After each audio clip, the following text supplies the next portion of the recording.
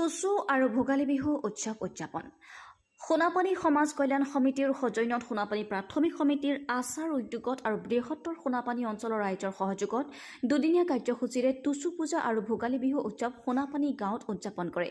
ইয়াত মুখ্য অতিথি হিচাপে উপস্থিত থাকে ননৈ চেৰভাঙৰ এম সঞ্জিত তাঁতী আৰু উপস্থিত থাকে খালিংদুৱাৰ সমষ্টিৰ MCLA দিলীপ বড়ো, লগতে আক্ৰাছৰ সভাপতি নয়ন ডেকা, আদিবাসী ছাত্ৰ সন্থাৰ পানেৰী আঞ্চলিক সমিতিৰ সম্পাদক লাল সিং নাহালী, ওদালগুৰি জিলাৰ প্ৰাক্তন সম্পাদক খগেন তাঁতী, উপস্থিত থাকে বিশিষ্ট সমাজসেৱক বিকন ডেকা, ওদালগুৰি জিলাৰ প্ৰাক্তন সভাপতি, লগতে বহু গণ্য মান্য ব্যক্তি।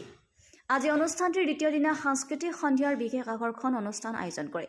সাংস্কৃতিক সন্ধিয়াৰ বিশেষ আকৰ্ষণ আমন্ত্ৰিত সুদূৰ তিনিচুকীয়া জিলাৰ আদিবাসী জনপ্ৰিয় কণ্ঠশিল্পী অমৃত তাঁতী আৰু সুনীতা বনিয়াৰ লগতে গীতৰ শৰাই অনুষ্ঠানটিৰ সামৰণি পৰে। পানেৰীৰ পৰা নবীন চবৰ ৰিপৰ্ট, অৰুণোদয় অসম। যি ভিতৰীয়া দেখিবলৈ পোৱা গৈছে যে ভোগালী বিহুৰ লগতে টুচু পূজা উদযাপন কৰিছে, এই বিষয়ে কি ক'ব? সোণাপানী সমাজ কল্যাণ সমিতি আৰু সোণাপানী আচাৰ প্ৰাথমিক সমিতি লগতে সোণাপানীৰ বৃহত্তৰ ৰাইজৰ সহযোগত আজি ইয়াতে টুচু পূজা আৰু ভোগালী উৎসৱ উদযাপন কৰিছে। এই সমন্বয় বাৰ্তা কঢ়িয়াই আনিছে। লগতে এই টুচু পূজাক আচলতে আদিবাসী জনগোষ্ঠীৰ বাবে ভোগালী বিহুৰ দৰে, কাৰণ এইটো সময়তে মকৰ সংক্ৰান্তি পালন হয় আৰু আমাৰ আদিবাসী সমাজত ইয়াক তিল চাকৰাই বুলিও কয়।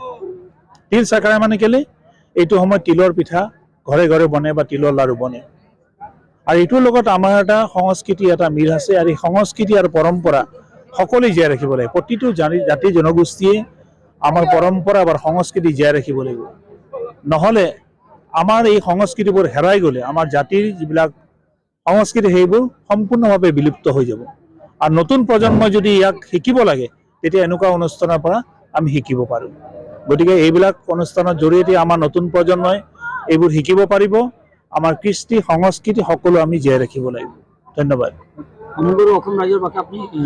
সমগ্ৰ অসমবাসীক মই কওঁ যে আমাৰ যিটো জাতিৰ সমন্বয়, আমাৰ বিভিন্ন জাতি জনগোষ্ঠীৰ যিবিলাক উৎসৱ, টুচু পূজাই হওক বা আমাৰ ভোগালী বিহু হওক, এই সকলোবোৰে পালন কৰাৰ ক্ষেত্ৰত আমি সকলোৱে একেলগে আগবাঢ়ি আহিব লাগিব।